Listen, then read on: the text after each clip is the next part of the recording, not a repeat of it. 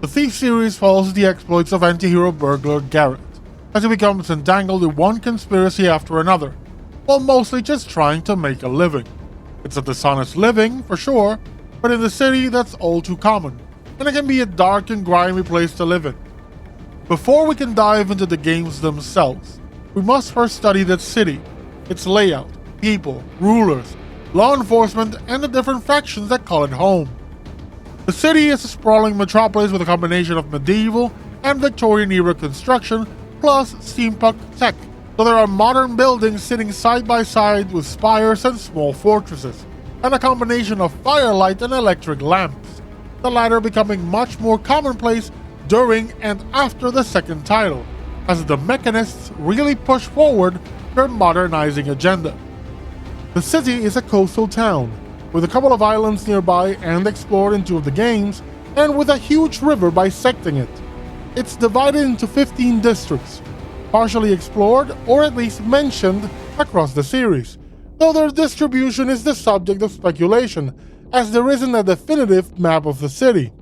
In terms of maps, Garrett only ever has on hand what is relevant to the mission.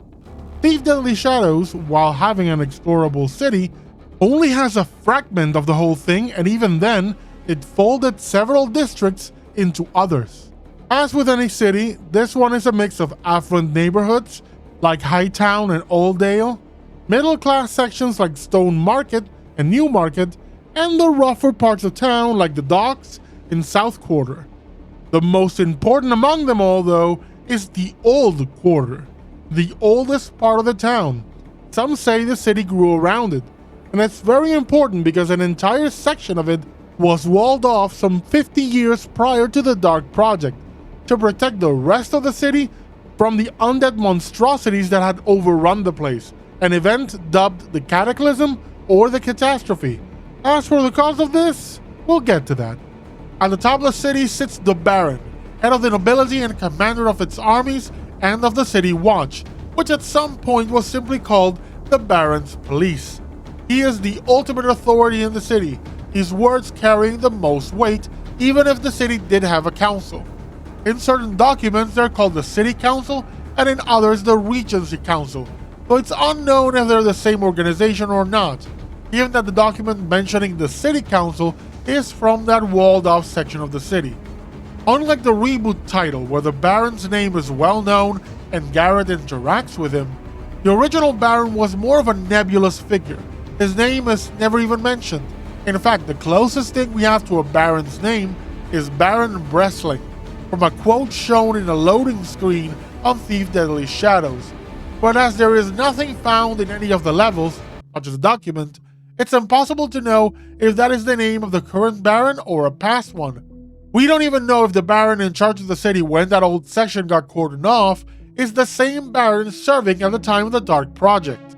Not that it ultimately matters, as the Baron is not even in the city during the events of Thief 1-3. He is out somewhere leading the armies in war.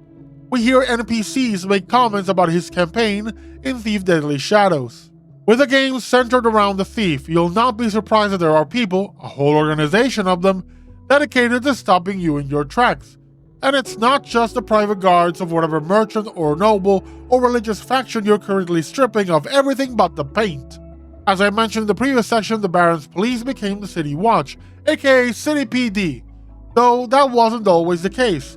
Before the Baron took control of law enforcement, it was in the hands of one of the religious sects in the city, the Order of the Hammer, and they put behind bars anyone who broke the rules of their god, which, when you consider their 100% no doubts allowed zealots, it means a bad time for a whole lot of people for a wild number of sins.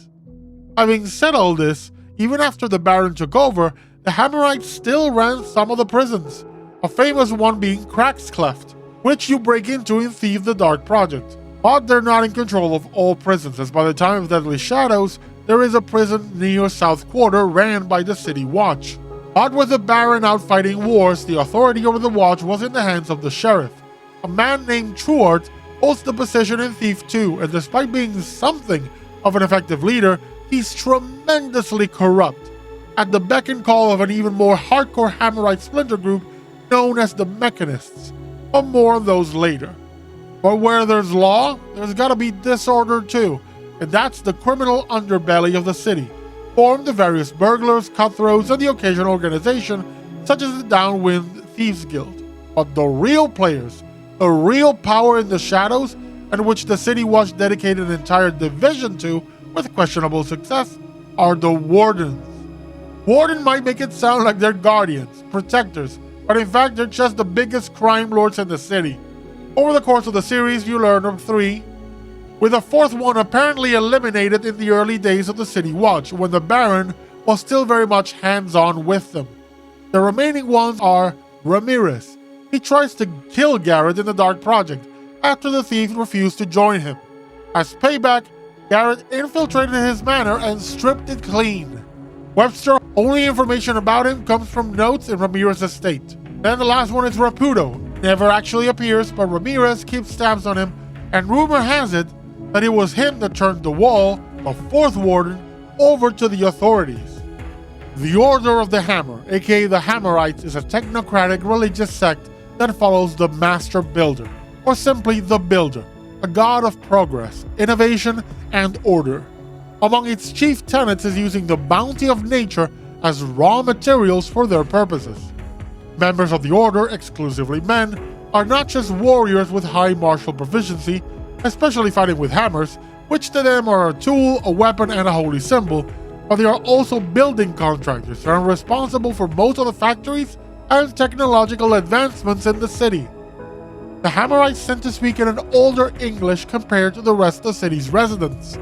They're almost Shakespearean in their dialect, and despite their focus on technological progress, their home bases and temples look the most medieval out of anything in the city.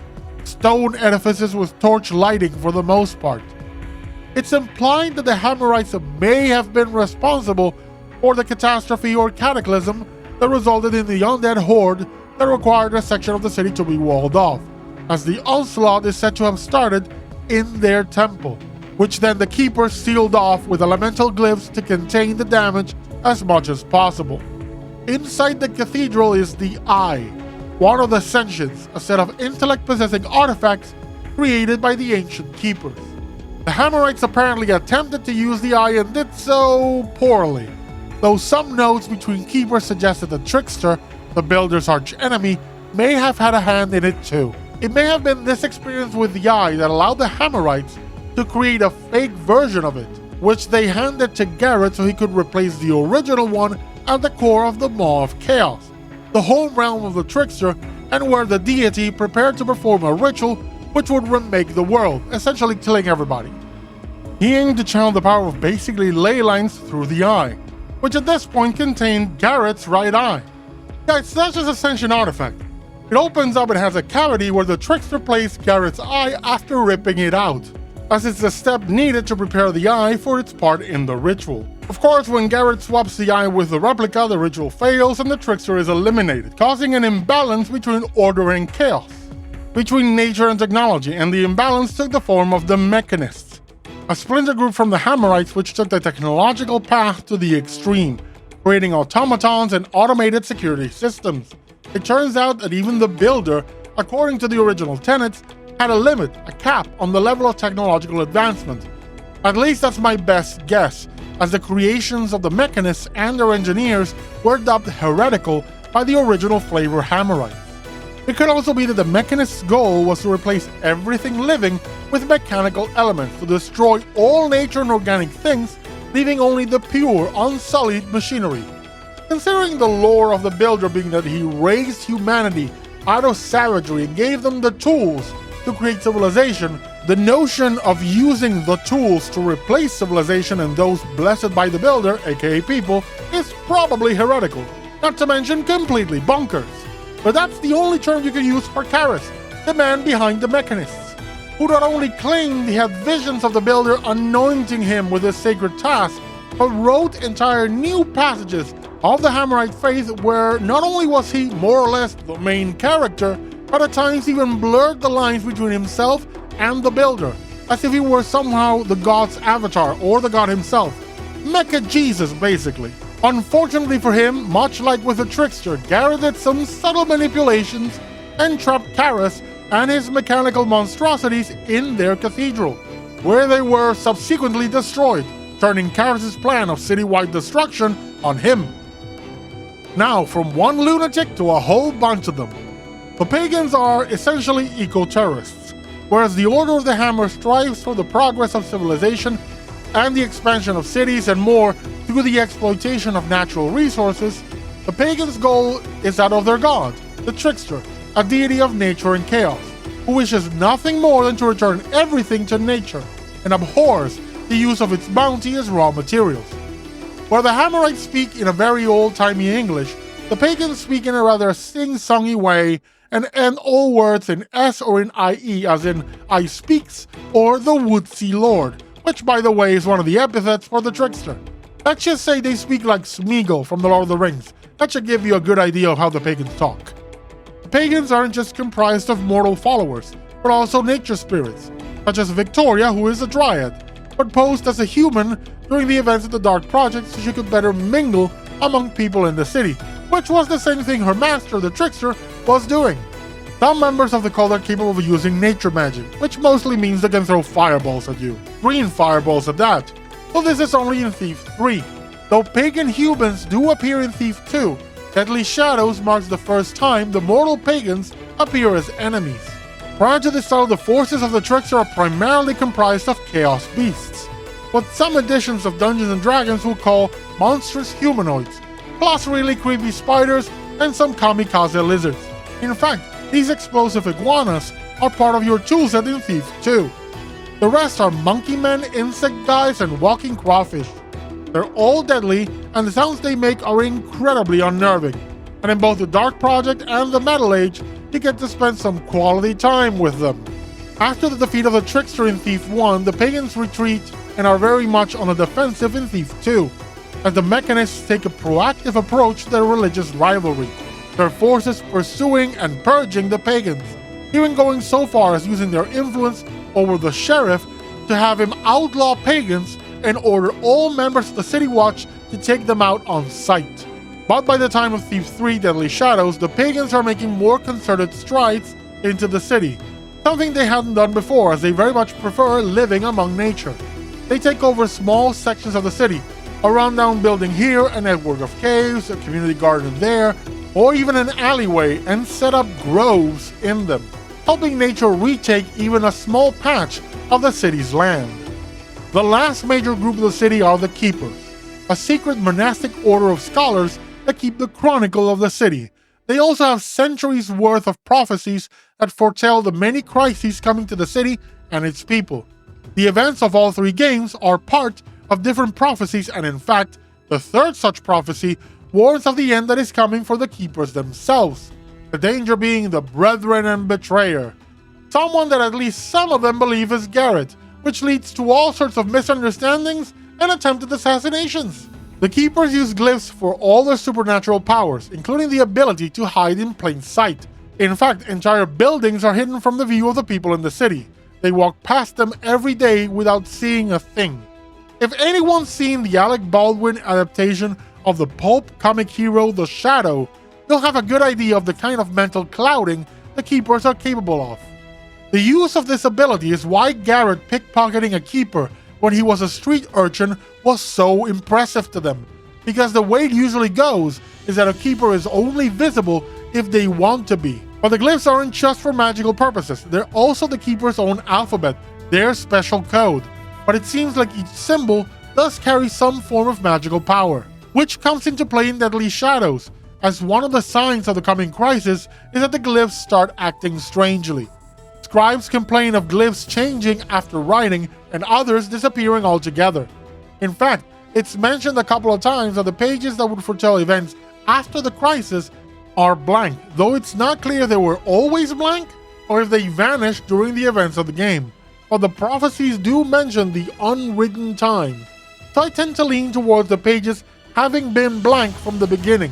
They just hadn't understood the implications because the prophecies have to be deciphered first. So until their interpreters brought it up, they didn't know. The big problem is the Keepers can't accept the unwritten times, especially the ones at the top. They are desperate to prevent such a crisis. which causes their leader, Keeper Orlan, to become increasingly irrational and paranoid, and even sets the Keeper's own assassins on Garrett, as he claims he's the danger meant to be stopped. It's not him. It's in fact one of the early Keepers, one that along with 3 others discovered a glyph that could be used to extend life beyond mortal limits. But it involves killing someone and using their soul to take on their form. They vowed to hide this glyph away, but the big baddie, Gamal, decided to use it instead and had been living for centuries. Her latest victim, or visage stolen, was that of a little girl, and during the events of Deadly Shadows, she's posing as the prophecy interpreter's assistant at the heart of the Keeper Order, manipulating events to discover the location and nature of the final glyph, the only threat to her immortality. For you see, the founders of the Keeper Order were wise enough to realize that a secretive society that uses symbols for magic may end up abusing their power, or as they put it, become imbalanced. The Keepers are all about balance and preserving it, which is why they all espouse a philosophy of detachment and consider anger, greed, arrogance, and other such emotions sources of imbalance. In other words, they're Jedi, medieval Jedi. So to prevent imbalanced Keepers from causing too much harm, they devised the final glyph, one that is actually channeled through the various streets in the city and uses the 5 sentient artifacts: the Eye and his merry band of friends, the Chalice, the Crown, the Paw, and the Heart, which, when placed in specific landmarks, trigger the activation of the glyph. And what does the final glyph do? It destroys all other glyphs, cancels them out. So all Keepers and their buildings become visible, the main villain loses her powers, and of course, all their books become blank, thus starting the unwritten time, after which the Keepers more or less disappear. The city is a strange and complex place, a dangerous town where everybody is just a little bit shady. That just makes it the perfect playground for a thief. Next time, we'll take a look at the first prophecy, the first Dark Age foretold in the Keeper Annals, in Thief, the Dark Project. See you then.